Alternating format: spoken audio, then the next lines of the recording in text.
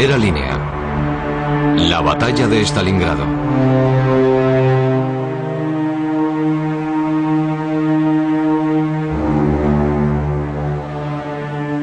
En otoño de 1942, solo la resistencia del Ejército Rojo se interponía entre Hitler y la conquista de la ciudad que más anhelaba en todo el mundo, Stalingrado.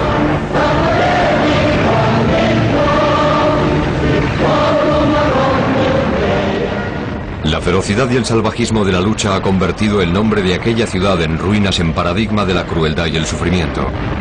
Los dramáticos sucesos acaecidos en el frente ruso durante la titánica guerra entre Hitler y Stalin alcanzaron su punto álgido de intensidad aquí, en Stalingrado.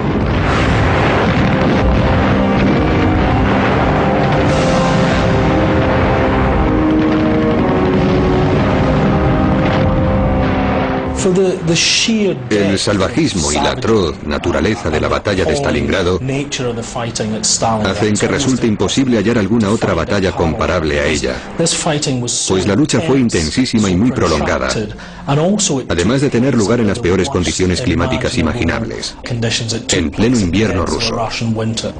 No temían el deshonor, ni temían la muerte, porque ya habían estado en el infierno. Fue terrible para los jóvenes que venían de casa como refuerzo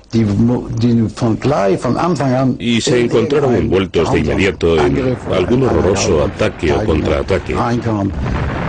Era como asesinarlos. Fue la primera gran derrota del ejército alemán de la Segunda Guerra Mundial. Todo un ejército fue destruido, 250.000 hombres. Fue un revés imposible de ignorar. El primer año de la guerra entre Hitler y Stalin había sido un año de éxitos para el ejército alemán. Aunque no habían llegado a tomar Moscú ni Leningrado, sus tropas se hallaban a la puerta de ambas ciudades. Los alemanes mantenían la iniciativa estratégica y podían elegir cuál de las grandes ciudades atacar. El mundo contenía el aliento. Hitler tenía todos los ases en 1942. En mi opinión, todo el mundo, y probablemente también Stalin, esperaba que decidiera finalmente atacar Moscú. Sin embargo, tampoco sería ilógico esperar que quisiera acabar con el dilatado sitio de Leningrado. Pero lo que él hizo fue algo muy inteligente: centrar su campaña en otro punto estratégico, en la parte sur del país. Los oficiales alemanes deseaban tomar la parte meridional de la Unión Soviética a causa de sus reservas de petróleo, sus recursos económicos y su riqueza agrícola. Alemania no tenía suficiente petróleo. En realidad solo poseía los yacimientos petrolíferos de Rumanía, y tomar la parte sur sería una gran ayuda para el país en la guerra, y sobre todo privaría a los rusos de una valiosa fuente de combustible, de modo que era una estrategia muy bien pensada y desde luego pilló desprevenido a Stalin. Sin embargo, el inconveniente era que esto ponía a las tropas alemanas al límite de sus capacidades. En el verano de 1942 se preparaba la Operación Azul y el Grupo de Ejército Sur, bajo las órdenes de Fedor von Bock, fue reforzado hasta concentrar casi la mitad de las tropas alemanas destacadas en Rusia.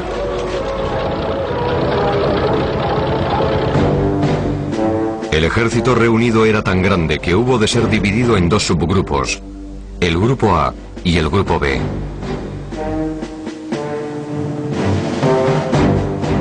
El grupo de ejércitos A, mandado por el mariscal de campo List, debía avanzar por las montañas del Cáucaso, capturando los preciados campos de petróleo que Alemania necesitaba para continuar la guerra. El grupo de ejércitos B, a las órdenes del mariscal de campo von Weiss, saldría de Kharkov en dirección a Stalingrado, una ciudad cuyo nombre quedaría grabado en las páginas de la historia. La misión de tomar la ciudad de Stalingrado recayó sobre dos de las principales unidades alemanas, el Sexto Ejército y el Cuarto Ejército Panzer. Las tropas serían apoyadas por unidades rumanas, húngaras e incluso italianas.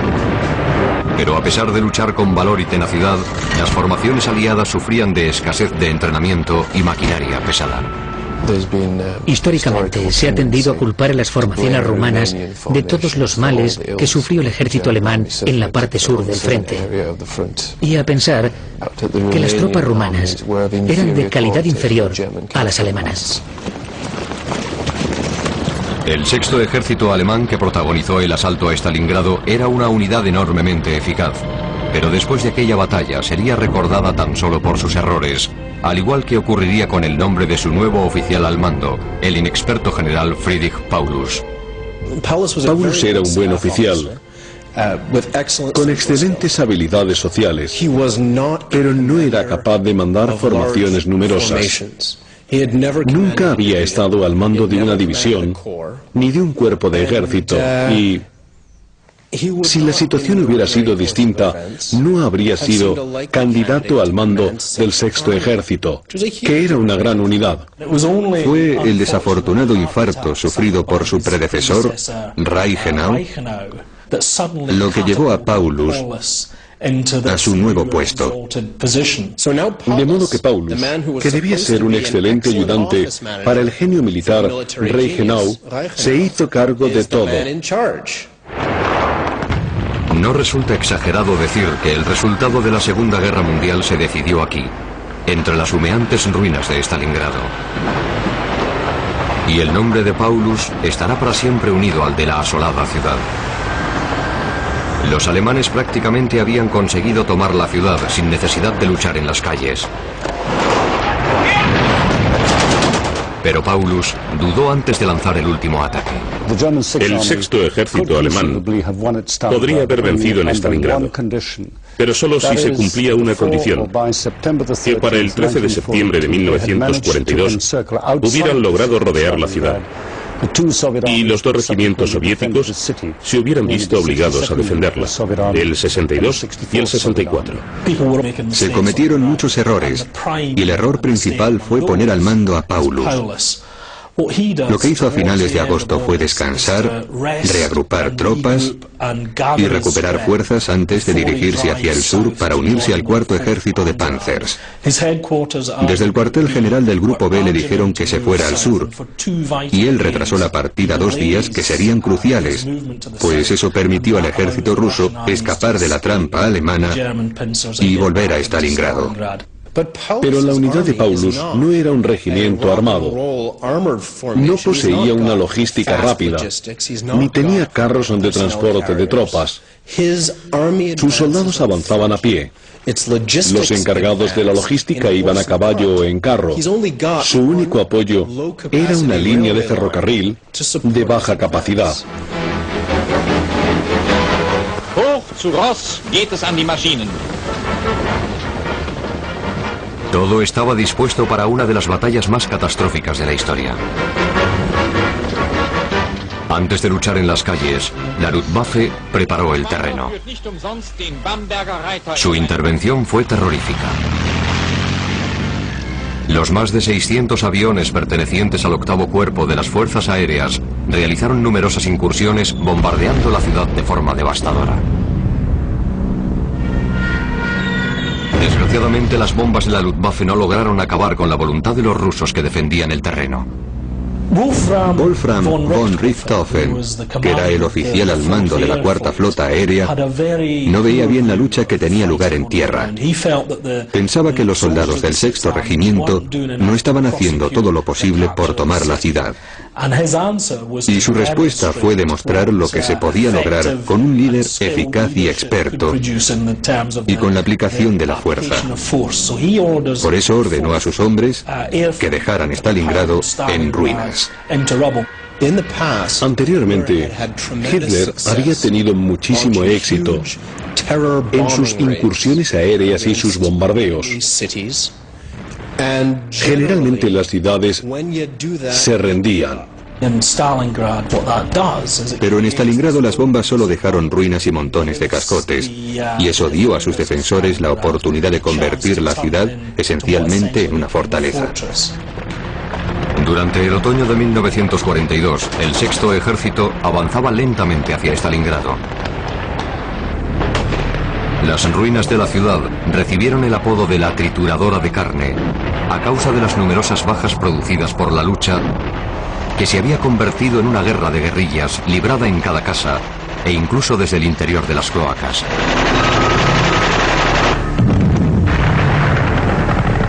Los nombres de las fábricas y los lugares significativos de la ciudad forman parte en la actualidad de la historia militar. La fábrica de tractores. Las barricadas de la fábrica de armas. La planta siderúrgica Octubre Rojo. La planta química La Sur. La colina estratégica de Mamaev. Y las dos estaciones de ferrocarril. Todo ello recuerda los indescriptibles horrores de la más cruenta de las batallas.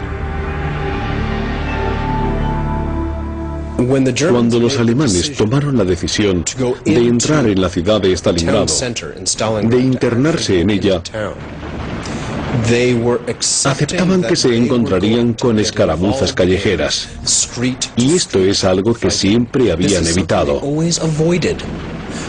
Los alemanes no querían luchar en las calles porque ese tipo de guerra no les permitía emplear sus ventajas naturales. Era un ejército entrenado y motivado para tomar parte en una guerra móvil, y de repente se encontró metido en una trituradora de carne humana, pues era eso en lo que se había convertido Stalingrado. En los edificios de pisos, los hombres luchaban en cada habitación. Luchaban en los silos, tanto abajo como arriba.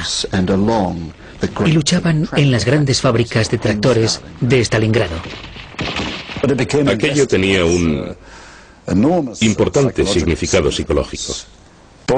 Ambos bandos se vieron atrapados en una lucha cuerpo a cuerpo de la que no podían escapar. Era algo bárbaro e implacable.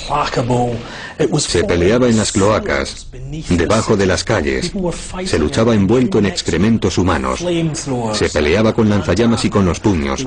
El control de cada una de las habitaciones de los bloques de apartamentos era vital. A pesar de la heroica resistencia rusa, a principios de octubre los alemanes habían conseguido ocupar el 70% de la ciudad. A fines de aquel mismo mes, el 62 Regimiento ruso, mandado por el general Chuikov, se hallaba acorralado contra el Volga. Sin embargo, consiguieron mantener el terreno allí gracias a la ayuda de los ferries, que les llevaban bombas y municiones desde la otra orilla del río, aún en manos rusas. Los soldados del Ejército Rojo continuaron recibiendo suficientes víveres y municiones para continuar la lucha. Sin embargo, en la tercera semana de octubre, daba toda la impresión de que los rusos serían derrotados. Pero cuando las tropas alemanas se acercaban peligrosamente a la orilla del Volga, Chuikov animó a sus hombres a defender el terreno, dirigiendo la resistencia en persona y salvando así la situación. Una vez más, la capacidad demostrada por el Ejército Rojo para mantener y ganar terreno evitó la caída de la ciudad. Creo que muchos oficiales habrían decidido, lógicamente, controlar la batalla desde la orilla este del Volga, desde donde podrían tener una idea más clara de la lucha y dirigirla con más eficacia. Paulus, por ejemplo, estaba a 25 kilómetros de allí en un aeropuerto. Y no es cuestión de cobardía, es su trabajo. Mantener la vista puesta en todo el campo de batalla desde una posición desde la cual pueda dirigir las operaciones. Pero Chuikov entendió que en esas circunstancias era esencial que sus hombres le vieran allí, con ellos. Cumplía las directivas de Stalin. Ni un paso atrás. Y además personificaba la voluntad soviética de luchar en Stalingrado, de modo que daba un ejemplo magnífico a los soldados rusos. El Sexto Ejército llevaba 2 meses intentando tomar la ciudad y prácticamente lo había conseguido. A principios de noviembre, la violenta lucha callejera había llevado a la captura del 90% de las ruinas de la ciudad. Los últimos ataques alemanes en noviembre habían arrinconado al mariscal Chuikov contra el río. De hecho, había instalado su cuartel general en la orilla el 24 de noviembre. y lo mantuvo allí la última semana de noviembre y hasta principios de diciembre. Su suerte parecía pender de un hilo. En Stalingrado la situación era espantosa. Aquello era una orgía de sangre. La ciudad, reducida a cascotes por los bombardeos, era asolada por los continuos combates. Stalingrado sufría constantes agresiones por parte de la artillería de ambos bandos, recibiendo impactos de morteros y granadas y fuego de metralletas, mientras entre las ruinas resonaban los ruidos del combate cuerpo a cuerpo. Ya no se trataba de controlar edificios, sino parte de ellos, repletos de francotiradores, que libraban su propia batalla entre las ruinas humeantes.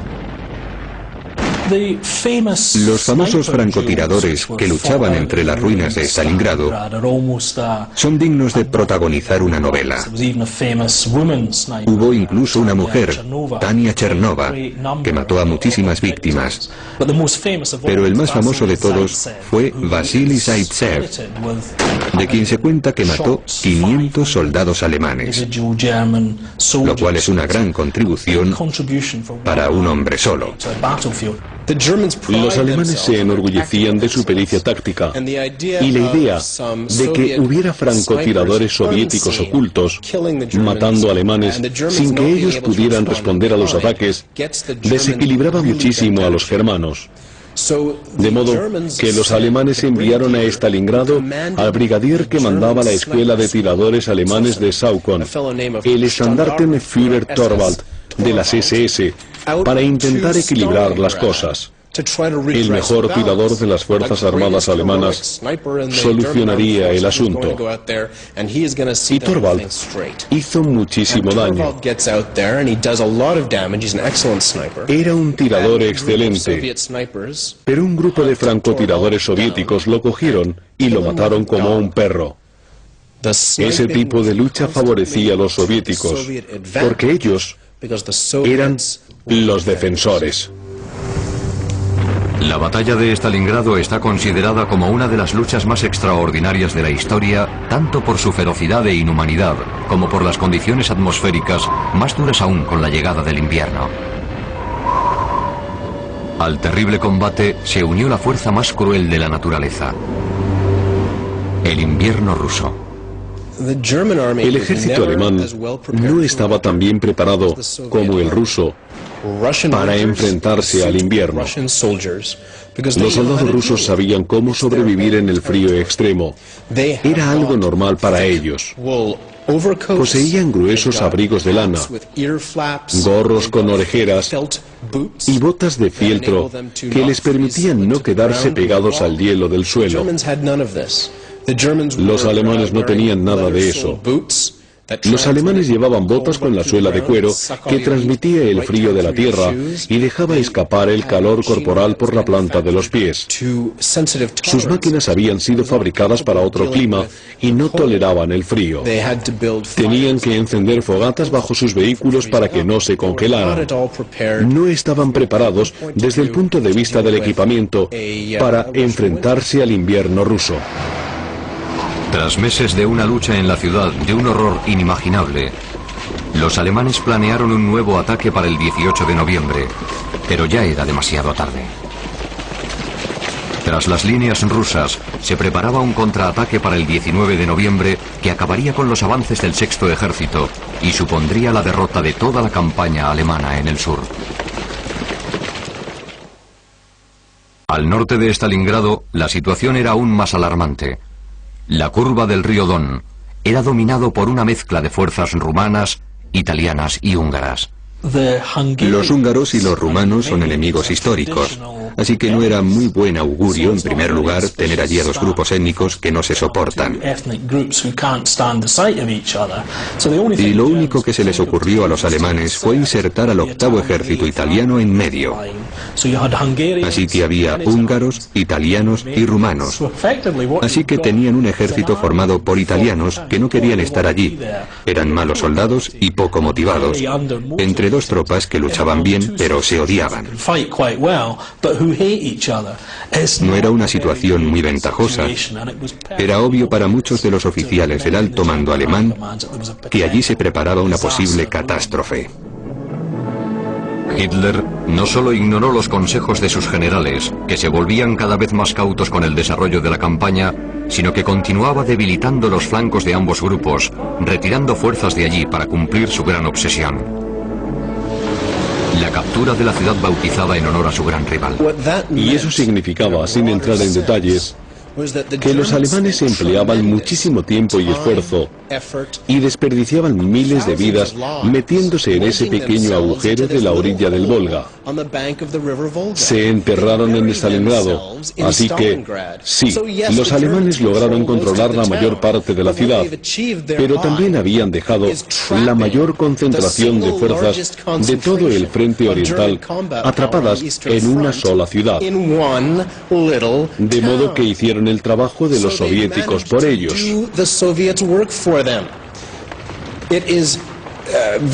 Fue muy heroico individualmente, y el ejército alemán funcionó muy bien a la hora de conseguir entrar. Pero visto desde fuera, se habían convertido en una fuerza inútil. Aunque el ejército rojo tan solo mantenía una pequeña parcela de la ciudad, los oficiales de inteligencia soviética sabían bien que el ejército alemán se hallaba al límite de sus fuerzas. Tras las líneas rusas, la poderosa Unión Soviética producía tanques y armas en cantidad. Además, todavía contaba con una amplia reserva de hombres que podían ser reclutados, por lo que podrían realizar un gran contraataque. Los alemanes confiaban en la calidad antes que en la cantidad. Esperaban que su superioridad en iniciativa, técnicas, equipo y motivación fuera suficiente para vencer el numeroso ejército enemigo. Pero un viejo refrán comunista dice: la cantidad siempre conlleva cierta calidad.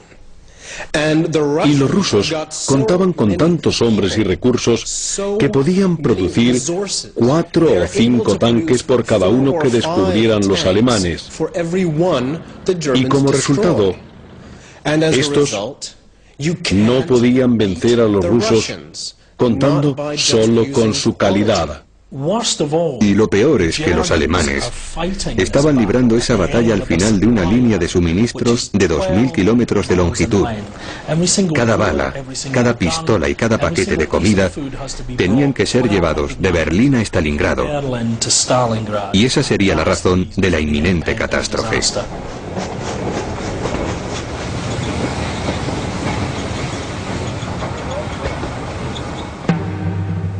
El alto mando soviético se dio cuenta de que ambos lados de la estrecha línea que se extendía por el norte y el sur de Stalingrado eran mantenidos por tropas rumanas, húngaras e italianas.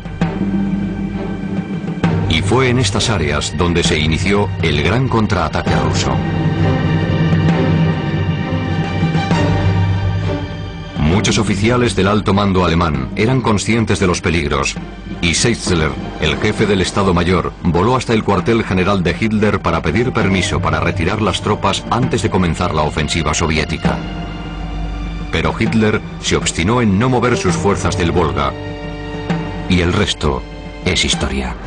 El contraataque soviético, que se inició el 19 de noviembre de 1942, fue una catastrófica sorpresa para los alemanes. Estos habían visto pistas y sospechaban que ocurría algo, pero no eran conscientes de la escala de lo que estaba por venir. Lo primero que ocurrió fue que al norte del Don, al norte de Stalingrado, varios ejércitos soviéticos, incluido un cuerpo de tanques, cayeron sobre el flanco alemán, que no era un flanco alemán. Eran tropas rumanas que a la vista del avance ruso salieron huyendo. Al sur de Stalingrado se había iniciado otra ofensiva con la misma fuerza, de modo que los alemanes descubrieron que tenían que luchar en dos frentes, uno por el norte y otro por el sur. Y tuvieron que organizar rápidamente una defensa extremadamente difícil bajo esas condiciones. Intentaron estabilizar el área que tenían que mantener los rumanos, pero no mantenían. Y entonces descubrieron que se hallaban en una trampa gigantesca. El ataque no se extendía a lo largo de unos pocos kilómetros, sino que ocupaba decenas de ellos, lo que fue una gran sorpresa para el mando alemán. Realmente la fuerza, la velocidad y la fiereza de la ofensiva le cogió por sorpresa. No se trataba de un contraataque local, era una guerra a gran escala. El 22 de noviembre, los dos ejércitos rusos se encontraron cercando Stalingrado. Los cazadores se habían convertido en presas y comenzaba una carrera contra el tiempo. Incluso el poco experimentado general Paulus pidió que se le permitiera retirar sus tropas. Herr-Sennenberg se libró por los pelos. Se hallaba a bordo de un tren de tropas con destino a Stalingrado, cuando este fue detenido a mitad del viaje. A mediados de noviembre del 42, íbamos cada vez más hacia el este, en el tren. Debió de ser el día 22 cuando llegamos a Kalach, una ciudad que hay junto al río Don, a tan solo unos kilómetros de la curva del Volga y de Stalingrado. Llegamos a la estación anterior a Stalingrado, que era la de Kalach, y debíamos bajar del tren para descansar en Kalach, pero cuando fuimos a bajar, vimos que los rusos estaban disparando en la estación. Nos parecía imposible, pero tuvimos que bajar y buscar refugio porque las balas volaban a nuestro alrededor. Unas horas antes, los rusos habían logrado cercar Stalingrado y las tropas italianas y rusas pasaban por delante de nosotros confusas. Los rusos habían atravesado el sector rumano y habían cerrado el círculo. Durante los primeros días del asedio, los 300.000 hombres del Sexto Ejército, rodeados en un área de 30 kilómetros por 50, apenas tenían víveres para 6 días y munición para 2.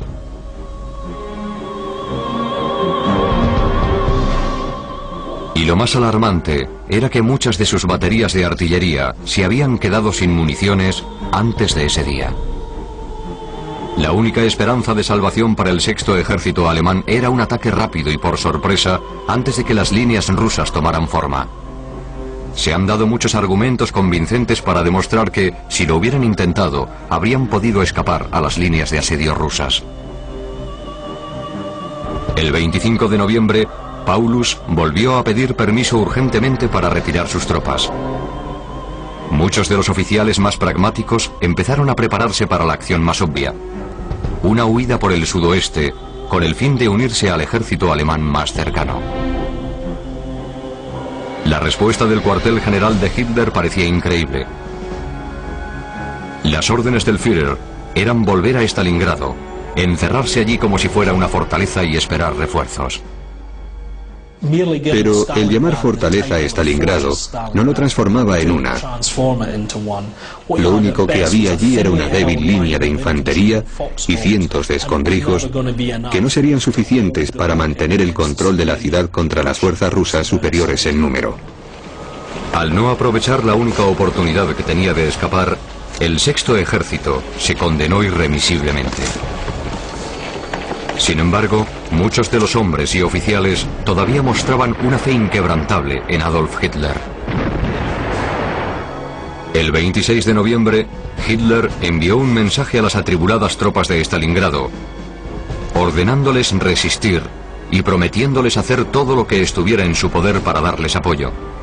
El aprovisionamiento fue encargado a la Luftwaffe, que tan eficientemente había suministrado víveres y municiones en Demyansk la primavera anterior. En Demyansk, un cuerpo alemán había sido rodeado por los soviéticos, pero la Luftwaffe les envió provisiones por aire. Y a Hermann Göring, comandante en jefe de las fuerzas aéreas, esto le pareció tan fácil que cuando el Sexto Ejército se encontró asediado en Stalingrado, se dirigió a Hitler y le dijo: yo puedo ayudar, no hace falta retroceder y ceder Stalingrado, usaré las fuerzas aéreas para enviar suministros. Pero en Stalingrado había 300.000 hombres lejos de las líneas alemanas y enfrentados a un enemigo mucho mejor equipado, más organizado y con más experiencia. Así que aunque sí había cierto paralelismo entre Demyansk y Stalingrado, simplemente el número de hombres involucrado, 300.000, hacía imposible el envío de todo el alimento y munición necesaria, y la consecuencia era que el ejército moriría de hambre. Hermann Göring accedió inmediatamente a llevar 550 toneladas de suministros diarias. A pesar del escepticismo de los altos mandos del ejército de tierra, la operación aérea comenzó el 25 de noviembre. Los primeros días, los resultados fueron catastróficos para los soldados que continuaban luchando entre las ruinas de la ciudad. El primer día solo llegaron 140 toneladas de víveres, el segundo día la misma cantidad, y el tercer día el desesperado ejército alemán no recibió ni un envío. En Stalingrado solo había 2 pistas de aterrizaje disponibles, y ambas se hallaban a unos 25 kilómetros de la ciudad. Los campos de aterrizaje de Gumrak y Pitomnik estaban tan al descubierto que la Luftwaffe no tenía ningún lugar en que aterrizar en las proximidades del Sexto Ejército. Y la situación empeoró al estrechar el perímetro las fuerzas rusas. La niebla hacía casi imposible los vuelos, y las bajas temperaturas deterioraban los aviones alemanes, que tenían que ser revisados constantemente por los mecánicos. Además, las fuerzas aéreas soviéticas volaban cada vez más, y sus pilotos se hacían más expertos con el tiempo. Casi 500 aeronaves de transporte alemanas fueron derribadas cuando llevaban suministros a la zona. La idea de Göring resultó ser un fracaso, y los soldados alemanes pronto empezaron a sentir los efectos del hambre. Sin embargo, el apoyo aéreo solo era una parte de la estrategia de Hitler para aliviar la situación de Stalingrado. Se ordenó a von Manstein formar un nuevo grupo de ejércitos, el Grupo Don. La formación incluía al Sexto Ejército y a los elementos del Cuarto Ejército de Panzer atrapados en Stalingrado. Al otro lado de las líneas rusas, los refuerzos consistían en la parte del Cuarto Ejército de Panzer que había quedado fuera del círculo, apoyado por las maltratadas tropas rumanas. A pesar de ser obvio que esas fuerzas eran demasiado débiles para la misión encomendada, era imperativo hacer alguna tentativa. Las órdenes del general Hoth, al mando del Cuarto Ejército de Panzer, eran parar los ataques enemigos y volver a tomar las posiciones ocupadas previamente. El otro elemento de la estrategia de von Manstein era la actuación de las unidades de infantería móvil del maltratado Sexto Ejército que debían escapar por el oeste para encontrarse con el Cuarto Ejército de Panzer. Ambas fuerzas juntas formarían un corredor por el cual se retiraría el resto del Sexto Ejército, todavía en Stalingrado. Para von Manstein, los problemas empezaron antes de que sus fuerzas atacaran a los rusos. Los refuerzos, que eran su única esperanza contra el ejército ruso, no llegaban. Lo que es más, los rusos enviaban cada vez más tropas a la zona. Y el Cuarto Ejército de Panzer se vio obligado a lanzar la ofensiva sin apoyo alguno. Contra lo esperado, el 17 de diciembre los Panzers de Hoth habían tomado posiciones a tan solo 55 kilómetros de Stalingrado. Su presencia había obligado a algunas de las secciones del Ejército Rojo que asediaban la ciudad a romper el círculo para impedirles el avance. El 19 de diciembre, los alemanes habían ganado otros 8 kilómetros, hallándose a tan solo 47 del Sexto Ejército. Dentro de la ciudad se oían rumores alentadores de que la ayuda estaba cerca. Los hombres, debilitados por el hambre y la lucha constante, sacaron fuerzas de flaqueza para resistir. Mantenían sus posiciones obstinadamente, agudizando los sentidos, esperando oír en cualquier momento los Panzers de Hoth. A mediados de diciembre, el Volga se había congelado completamente, de modo que los rusos pudieron construir un camino que lo cruzaba.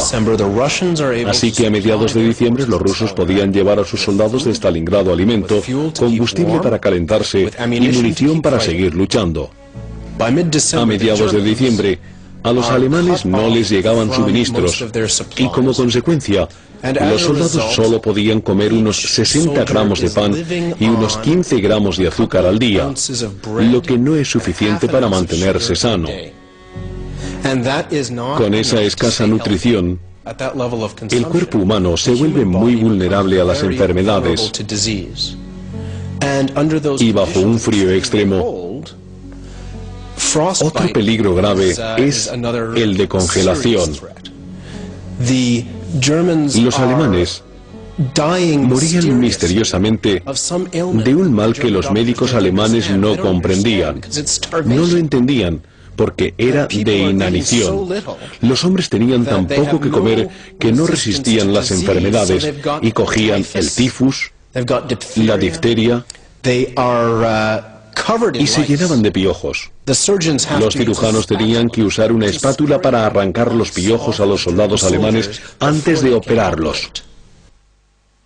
Von Manstein pidió urgentemente a Hitler que permitiera retirarse al Sexto Ejército, atacando a los rusos por el este y el oeste.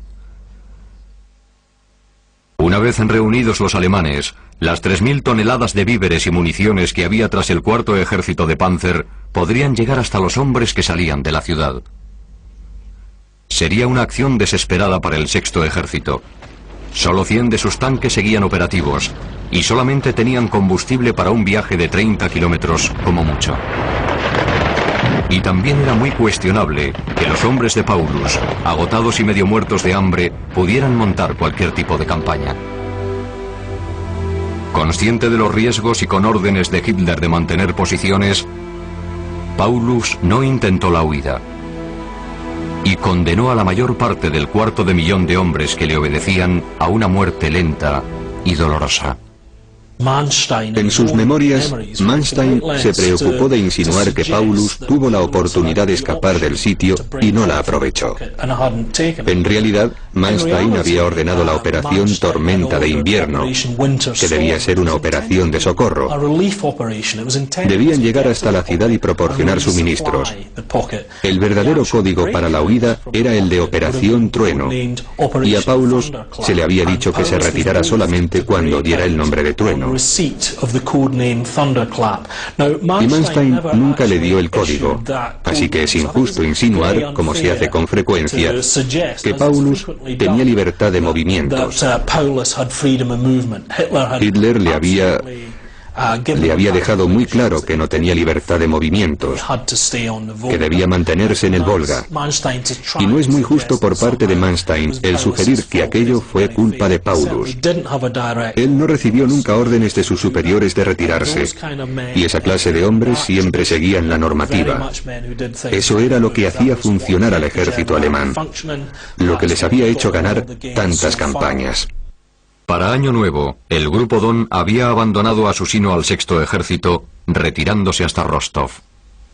Uno de los argumentos que se dio en aquel momento para el sacrificio del Sexto Ejército de Paulus en Stalingrado fue el hecho de que era una acción noble y muy importante. En otras palabras, que así estaban entreteniendo a las fuerzas soviéticas, que no podrían avanzar más y atacar al otro grupo de ejércitos que operaba en el Cáucaso. En otras palabras, que así daban al ejército alemán que estaba en el Cáucaso tiempo para retirarse, para escapar de una trampa soviética aún mayor. Y ese argumento posee cierta fuerza. Ciertamente era verdad en la primera parte de la operación de asedio, pero con el tiempo, hacia mediados de diciembre, ese argumento tenía cada vez menos fuerza. Lo primero porque los rusos se daban cuenta de que no necesitaban tantas fuerzas para asediar Stalingrado, y muchas unidades iban siendo liberadas del sitio. Y en segundo lugar, los rusos también estaban planeando una operación mucho más amplia para rodear a los alemanes. Con el descenso de las temperaturas, el frío mató tanto a alemanes como a rusos. Solamente en el día de Navidad murieron 1.500 alemanes de congelación. El grupo de ejércitos A había terminado su retirada a principios de enero, pero para los desgraciados que continuaban en Stalingrado, la pesadilla continuaba. Una de las cosas que logró el bombardeo es que no quedara nada combustible en Stalingrado. porque muchas de las bombas alemanas eran incendiarias y la ciudad de Stalingrado estalló en llamas y todos los edificios de madera ardieron. Así que unos meses después, cuando los alemanes estaban en Stalingrado y no tenían combustible y tenían frío, no encontraban nada que quemar.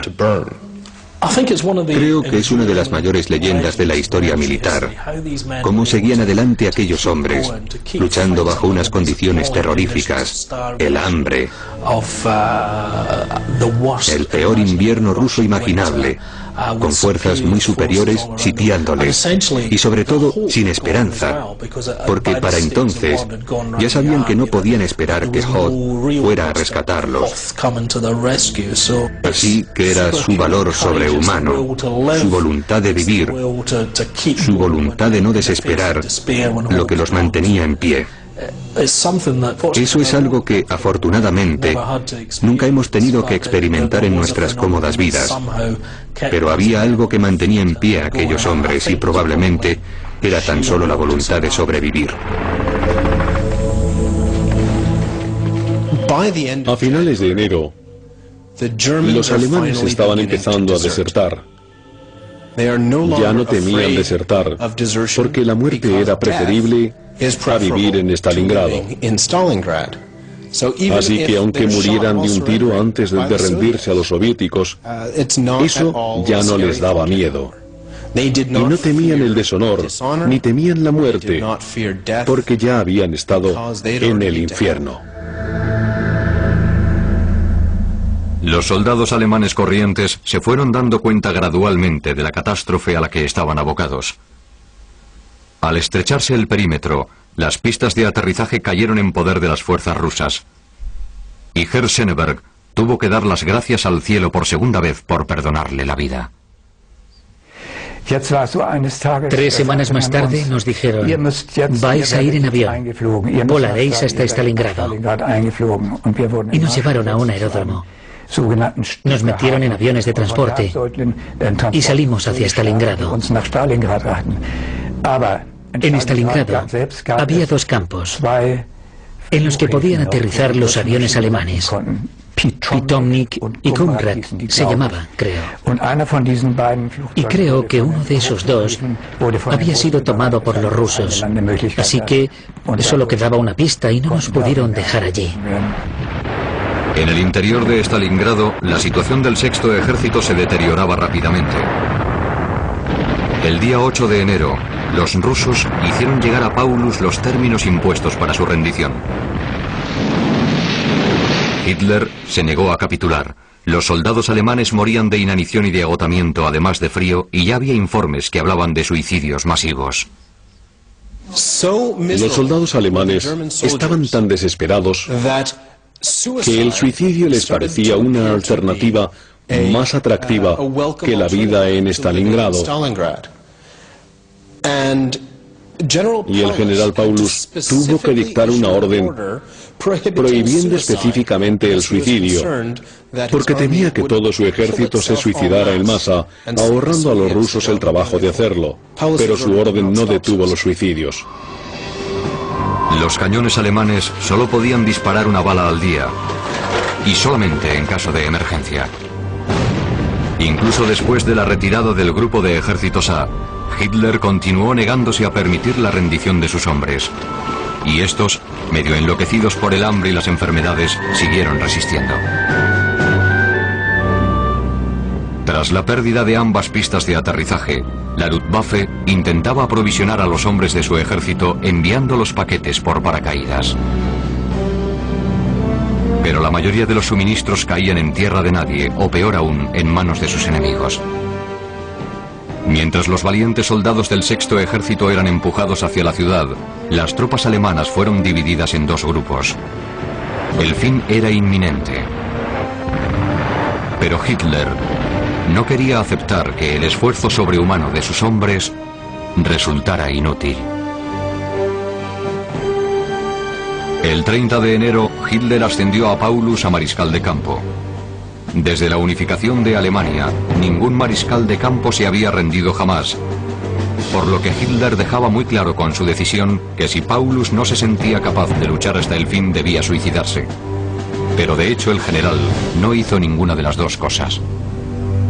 Al día siguiente, el 31 de enero de 1943, Paulus se rindió. Le seguían 90.000 hombres famélicos y enfermos que caminaban como zombis, convertidos en prisioneros de guerra. Solo 5.000 de ellos sobrevivirían para volver a Alemania. Ese me parece uno de los episodios más descorazonadores de toda la batalla. Después de dejar las armas y rendirse, los alemanes, unos esqueletos andantes, fueron sometidos a un trato bárbaro e inhumano. 90.000 hombres fueron capturados y solo 5.000 de ellos lograron volver a Alemania, y algunos 13 o 14 años después.